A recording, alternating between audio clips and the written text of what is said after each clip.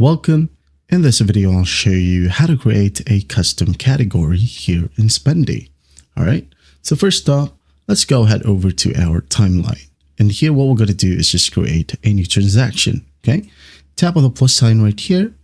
Wait for it to load. And once it loads, tap on the gear icon right here at the top. Tap on it. And in here, as you can see, we have the categories for expenses and income. Okay. Now, what we're going to do in here is just select, of course, either expenses or income. Now, at the very bottom or at the bottom left, we have the plus sign. Just tap on it. Now give it a name. For example, game skins.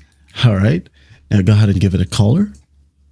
Let's say I'm going to go ahead and select this color right here. I'm going to tap on it. There you go.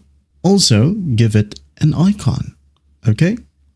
Now I'm going to go ahead and select a gaming icon right here. Maybe just this one. All right. I'm going to tap on it. And then all you got to do next is just tap on create a category. Like so. And once that's done, you should be able to see it right here at the very bottom. Okay. And if you want to move it right here at the very top, just tap and hold onto this move tool. Tap and hold and drag it.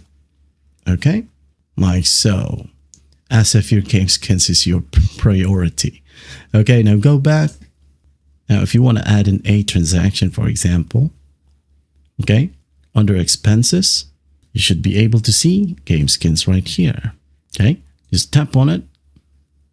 There you go. Add in the amount, for example, $50 for a skin. Wallet.